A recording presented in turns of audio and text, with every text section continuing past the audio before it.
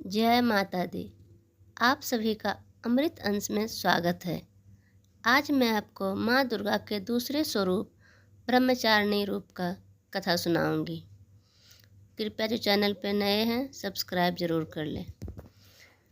आइए शुरू करते हैं। माँ दुर्गा की नव शक्तियों का दूसरा स्वरूप ब्रह्मचारिणी का है। यहाँ ब्रह्म शब्द का अर्थ तपस्या है। ब्रह्मचारिणी अर्थात तप की चारिणी, तप का आचरण करने वाली। कहा भी गया है, वेद अस्त त्वम तपो ब्रह्म। वेद तत्व और तप ब्रह्म शब्द के अर्थ हैं।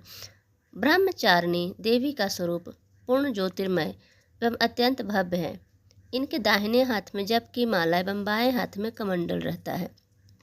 अपने पूर्व जन्म में जब वे हिमालय के घर पुत्री के रूप में उत्पन्न हुई थी, तब नारद जी के उपदेश से इन्होंने भगवान शंकर जी के पति रूप में प्राप्त करने के लिए अत्यंत कठिन तपस्या की थी। इसी तपस्या के कारण इन्होंने तपचारिणी अर्थात ब्रह्मचारिणी नाम से अभिहित किया गया। 1000 वर्ष उन्होंने केवल फल मूल खाकर व्यतीत किए थे। 100 वर्षों केवल शाक पर निर्वाह किया था। कुछ दिनों तक कठिन तपस्या रखते हुए खुले आकाश के नीचे वर्षा और धूप के भयानक कष्ट सहे।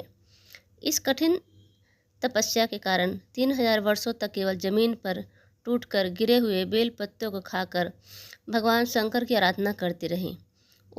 उसके बाद उन्होंने सूखे बेल पत्तों को भी खाना छोड़ दिया। कई हजार वर्षों तक वह निर्जल और निराहार तपस्या करती रहीं। पत्तों यानी पर्ण को भी खाना छोड़ देने के कारण उनका एक नाम अपर्णा भी पड़ गया। कई हजार वर्षों की इस कठिन तपस्या के कारण ब्रह्मचारिणी देवी का पूर्व जन्म का शरीर एकदम छिन्न हो उठा। वह अत्यंत कृशकाय हो गई थी। उनकी यह दशा देखकर उनकी माता मान्या अत्यंत दुखित हो उठी। उन्होंने इस कठिन तपस्या से विरत करने के लिए आवाज़ दी, ऊ माँ। अरे नहीं। तब से देवी ब्रह्मचारिणी पूर्व जन्म एक नाम उमा भी पड़ गया था। उनकी इस तपस्या तीनों लोक में हाहाकार मच गया। देवता, ऋषि, सिद्धिगण, मुनि सभी ब्रह्मचारिणी देवी की इस तपस्या के अभूतपूर्व पुण्यकृत बताते हुए उनकी सराहना करने लगे। अंत में पितामह ब्रह्मा जी ने आकाशवाणी के द्वारा उन्हें संबोधित करते हुए प्रसन्न स्वरों में कहा, हे देवी, आज तक किसी ने ऐसी कठोर तपस्या नहीं की थी। ऐसी तपस्या तुम्हीं से संभव थी। तुम्हारे इस अलौकिक कृत्य की सराहना हो रही है। तुम्हारी मनोकामना पूर्ण होती है। भगवान चंद्रमौली शिव जी तुम्हें पति रूप में प्राप्त होंगे। अब तुम तपस्या से विरत होकर घर लौट जाओ। शीघ्र ही तुम्हारे पिता तुम्हें बुलाने आ रहे हैं। माँ दुर्गा जी का यह रूप दूसरा स्वरूप भक्तों और सिद्धों को अनंत फल देने वाला है। इनकी उपासना से मनुष्य में तप, त्याग, वैराग्य, सदाचार, संयम की वृद्धि होती है। जीवन के कठिन संघर्षों में भी मन कर्तव्य पथ से व्यतीत नहीं होता। माँ ब्रह्मचारिणी देवी की कृपा से उसे सर्वत्र सिद्धि और विजय की प्राप्ति होती है। दुर्गा पूजा के दूसरे दिन इन्हीं के स्वरूप की उपासना की जाती है।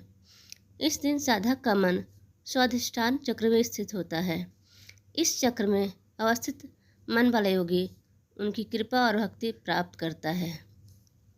धन्यवाद।